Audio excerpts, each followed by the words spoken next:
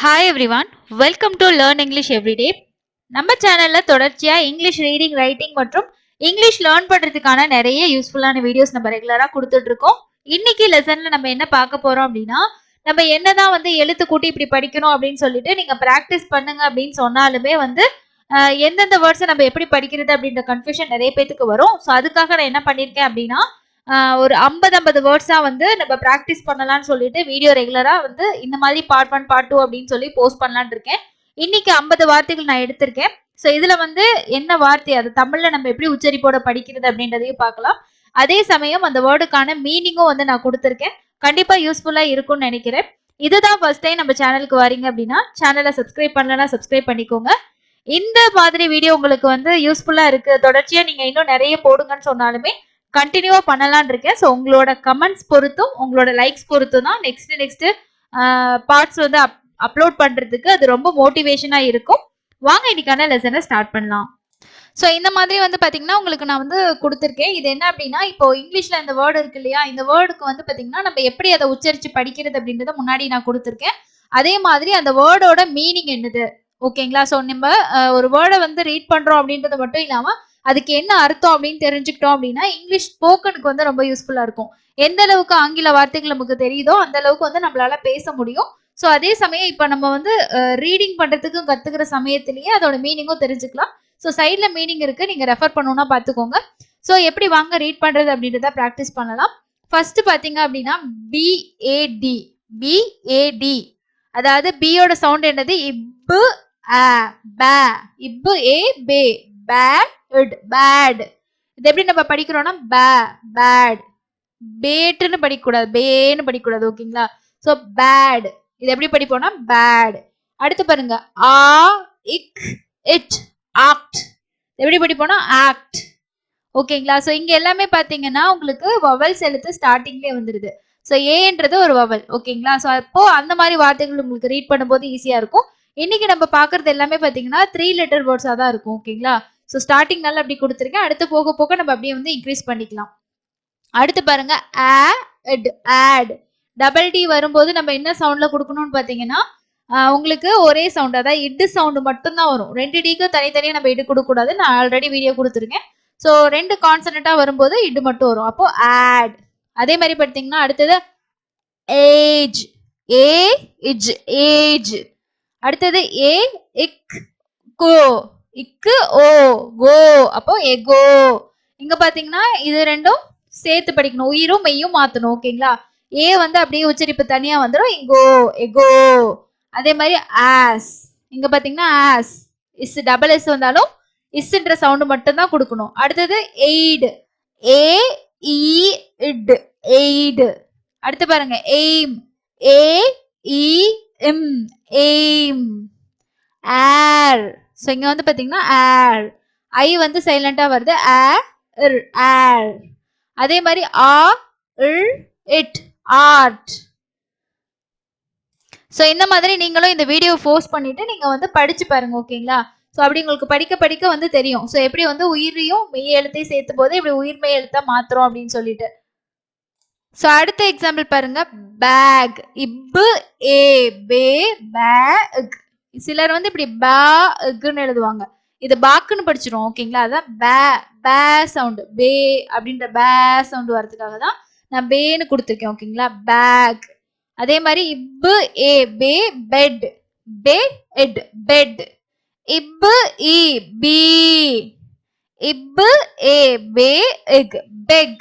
So அடுத்தது பாருங்க, இப்பு ஏ பே இட், பெட். ஸோ இங்க இட்டு சவுண்ட் கொடுக்குறோம், இங்க இட்டு சவுண்ட், ஓகேங்களா? பெட். அடுத்து இப்பு ஔ, பௌ, இப்பு ஔ ஓ பௌ. ஸோ இதோட பாத்தீங்கன்னா ஔ அப்படின்னு வரும், ஓடபிள்யூ வரும்போது என்ன சவுண்ட் கொடுக்கணும்னா ஔ அப்படின்ற சவுண்ட் வரும். அப்போ இப்பு ஆவு பாவாயிடும், இங்க இவ் அப்படியே வந்துடும், அப்போ பௌ. அதே மாதிரி பாருங்க, இப்பு ஆ பா இட், பட். அதே மாதிரி இப்பு ஆ பா பை, இ, வைக்கு என்ன சவுண்ட் கொடுக்குறோம், இ சவுண்ட், அப்போ இப்பு ஆ பா இ, பை. இக்கு ஆ கா, கௌ, இங்கேயும் ஓடபிள்யூ வரும்போது ஔ அப்படின்ற சவுண்ட் வரும், அப்போ கௌ. கு ஔ, கௌ. அதே மாதிரி இக்கு ஆ கா இட், கட். அடுத்தது பாருங்க இக்கு A K K sound cap கேப்ல கேப். அப்போ கான்னு கொடுத்துட்டோம் அப்படின்னு வச்சுக்கோங்களேன் காப்புன்னு படிச்சிடும் ஓகேங்களா. ஸோ காப் அப்படின்றது தப்பு. அப்போ கே சவுண்ட் வரணும். அப்போ கேப் இக்கு ஏ கே கேப் கேப்.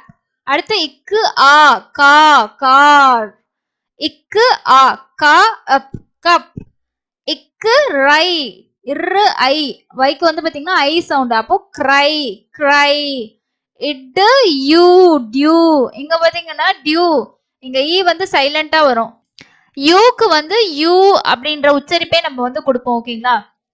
அப்போ டியூ டியூ. அண்ட் நெக்ஸ்ட் வந்து பாத்தீங்கன்னா டை ஐ இங்க வைக்கு வந்து பாத்தீங்கன்னா ஐ சவுண்ட் ஈ வந்து சைலண்டா வருது. அப்போ இட்டு ஐ டை இட்டு இட்டு கூட்டல் ஐ என்ன ஆகும் டையா மாறிடும் ஓகேவா. அடுத்து பாருங்க டிக் டிக் இட்டு இ டி இட்டு இ டி டிக். அடுத்து டென் இட்டு ஏ இட்டு ஏ என்ன ஆகும் டே ஆயிரும் டென். இட்டு ஆ டா டாட் டாட் இட்டு ஐ டை. சோ அடுத்து பாருங்க இங்க ஈக்கு வந்து ஈன்ற சவுண்ட். அப்போ இ ஏ ஈன்ற சவுண்ட் ஓகேவா. இங்க என்ன ஈன்னு ஏன் வருதுன்னு யோசிச்சீங்கன்னா ஈயும் ஏயும் சேர்ந்து வரும்போது பாத்தீங்கன்னா ஈன்ற சவுண்ட் நமக்கு கொடுக்கும். அப்போ இ இட் ஈட். ஏ இங்க ஈக்கு வந்து ஏ சவுண்ட் ஏ இன் இட் எண்ட். இஃப் ஃபியூ எஃப்க்கு என்ன சவுண்ட் இஃப்ன்ற சவுண்ட். இஃப் இ ஃபியூ இஃப் யூ ஃபியூ. அதே மாதிரி பாத்தீங்கன்னா இஃப் இ ஃபி இட் ஃபிட். இஃப் ஏ ஃபேன். இஃப் ரை இரு ஐ வந்து என்ன ஆகும் ரை ஆயிரும். அப்போ ஃப்ரை. அடுத்து பாருங்க ஃபிக்ஸ் இஃப் இக்ஸ் ஃபிக்ஸ். இஃப் ஃபி இக்ஸ் ஃபிக்ஸ். எக்ஸுக்கு தான் பாத்தீங்கன்னா இக்ஸ்ன்ற சவுண்ட் வருது. இஃப் இ ஃபி ஆயிடுது. அடுத்து பாருங்க இக்கு ஆ கா கன் கண்ணுல கன் கா கா கா சவுண்ட். அடுத்து பாருங்க இக்கு ஆ கா கம். அடுத்து ஹிட் ஹி ஹெச்சுக்கும் ஹி ஐயோ பாத்தீங்கன்னா ஹி ஆயிடும் ஹிட். அண்ட் லாஸ்ட் 10 வேர்ட்ஸ் பாருங்க. அடுத்து ஹட் இஹ் ஆ ஹா ஹிட் ஹட்.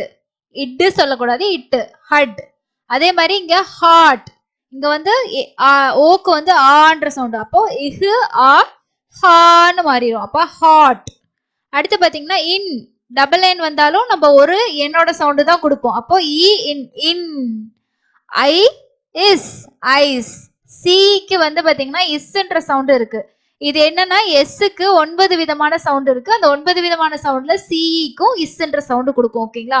அதனாலதான் ஐ இஸ் ஐஸ் அப்படின்னு சொல்லி படிக்கிறோம். அடுத்து இல் இ ஐக்கு வந்து இ சவுண்ட் இங்க எல்லுக்கு இல் சவுண்ட். அப்போ இல். இது வந்து பாத்தீங்கன்னா ஜார் இஜ் ஆ ஜா ஜார். ஜு ஆ ஜா ஜாம். இஜ் ஆ ஜா இப் ஜாப். இக்கு ஏ கே கென் கென்னு படிக்கூடாது கென். கேக்கு வந்து பாத்தீங்கன்னா இக்கு சவுண்டு. இங்க வந்து ஜிக்கு வந்து பாத்தீங்கன்னா இக்கு சவுண்டு வித்தியாசம் இருக்கு. So Ken. அடுத்து இக்கு ஈ. சோ இங்க வந்து பாத்தீங்கன்னா வைக்கும் வந்து ஈ சவுண்டு. அப்போ கீ என்னன்னு படிக்கிறோம் கீன்னு படிக்கிறோம்.